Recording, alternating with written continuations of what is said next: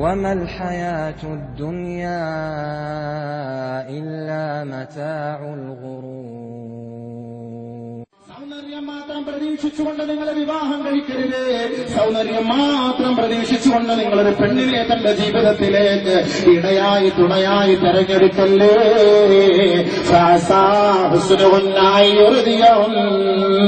തീർച്ചയായും നിന്റെ വാക്കുകളെ നിർദ്ദേശങ്ങളെ മറികടക്കാൻ ആ പെണ്ണിന് കഴിഞ്ഞേക്കാം. നിന്റെ വാക്കുകളെ അവൾ സ്വീകരിക്കുകയില്ല. അതാണ് അല്ലാഹു റസൂൽ പറഞ്ഞത്. ഖിയാമത്തിന്റെ അടയാളവുമായിട്ട് ഒരു പെണ്ണ് ഭർത്താവിനെ അനുസരിക്കേണ്ടതിന് പകരം ഭർത്താവ് ഭാര്യയെ അനുസരിക്കേണ്ട കാലഘട്ടം വരും. അത് അല്ലാഹു റസൂലിന്റെ വാക്കുകളെ പിച്ചു ചീന്തിയതിന്റെ പേരിലാണ്. ലാ തുസവ്വിജുൻ നിസാ ലാ തുൻകിഹുൻ നിസാ ലിമംവാലിഹിന്ന ഫഅസാ അംവാലുഹുന്ന അയ്യുതയഹുൻ. നിങ്ങളാരും സാമ്പത്തികത്തെ മോഹിച്ചുകൊണ്ട് വിവാഹം കഴിക്കരുത്. ആ വിവാഹത്തിലൂടെ ആ സമ്പത്തിലൂടെ അവളെ പിഴപ്പിച്ചു കളയാൻ, നിന്നെ പിഴപ്പിച്ചു കളയാൻ, ആ കുടുംബം തന്നെ പിടിച്ചു പോകാൻ ഇത് കാരണമാകുമെന്ന് ലോകത്തിന്റെ മുത്തേ മുഹമ്മദ് മുസ്തഫ സത്യം.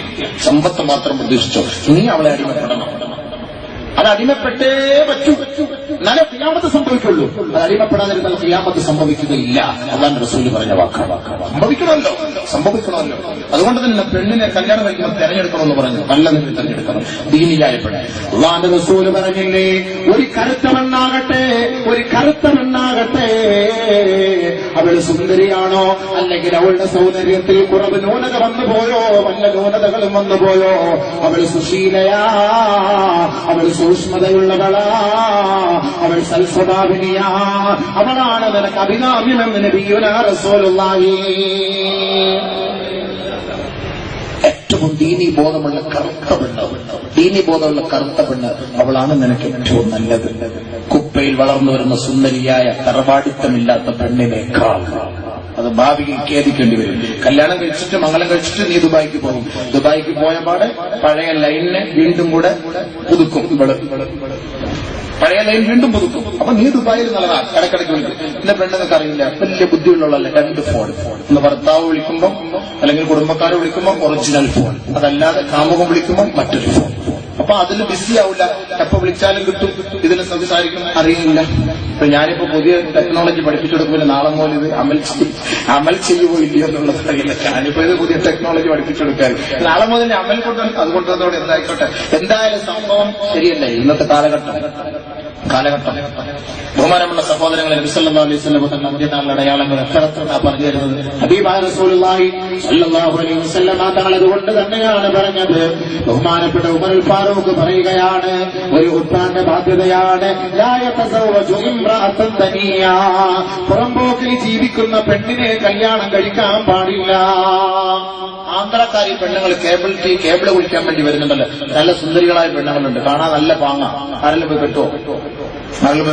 കാണാൻ രസമുള്ള പെണ്ണുങ്ങളുണ്ടാവും. ആന്ധ്രക്കാരി പെണ്ണുങ്ങൾ കർണാടകത്തിൽ നിന്നൊക്കെ വരുന്നുണ്ട്. നല്ല സാധനങ്ങൾ കാണാൻ നല്ല രസമാണ്. അവരൊരു സൈഡിൽ തന്നെയാണ് മക്കളെ ഒരു തൊട്ടിൽ, ഒരു കമ്പിൽ, ഒരു മരത്തിന്റെ ശിഖരത്തിൽ കമ്പിൽ കെട്ടിയിട്ട് ഒരു തൊട്ടിലുണ്ടാക്കി അവിടെ കിടത്തി ഉറക്കിയിട്ട് കേബിൾ കുഴിക്കുന്നു. കാണാൻ നല്ല രസം. തമിഴ്നാട്ടിലേക്കൊക്കെ പോയി നോക്കിയാല് തമിഴ്നാട്ടില് ഗൂഡല്ലൂര് ഭാഗങ്ങളിൽ, തമിഴ്നാട്ടില് ഈ തേനി ഭാഗങ്ങളിൽ, കമ്പം ഭാഗത്ത് നല്ല മുന്തിരിങ്ങ തോട്ടങ്ങളൊക്കെ, ആ മുന്തിരിങ്ങ പറിക്കുന്നതൊക്കെ നല്ല പെണ്ണുങ്ങളാണ്.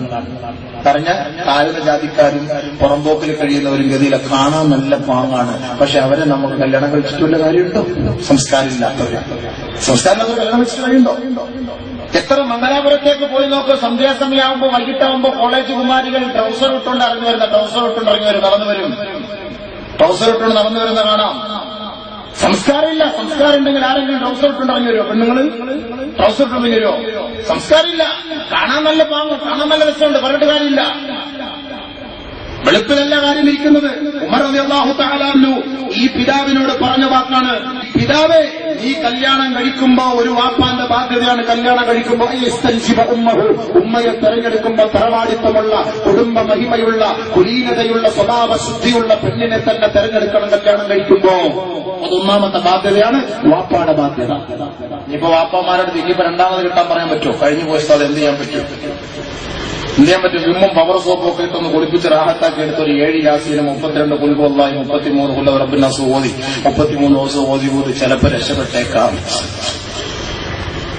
അല്ലാണ്ട് ഇപ്പൊ എന്തൊക്കെ ചെയ്യാം? കളയാൻ പറ്റുമോ?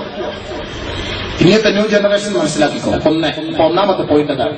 പെണ്ണിനെ കിട്ടുമ്പോൾ നല്ലപോലെ തെരഞ്ഞെടുത്തോണം, നല്ലതുപോലെ തെരഞ്ഞെടുത്തോണം. ഇന്നത്തെ സാഹചര്യമൊക്കെ മനസ്സിലാക്കിയിട്ട് അറിയാമല്ലോ, അതനുസരിച്ച് തെരഞ്ഞെടുത്തോളൂ.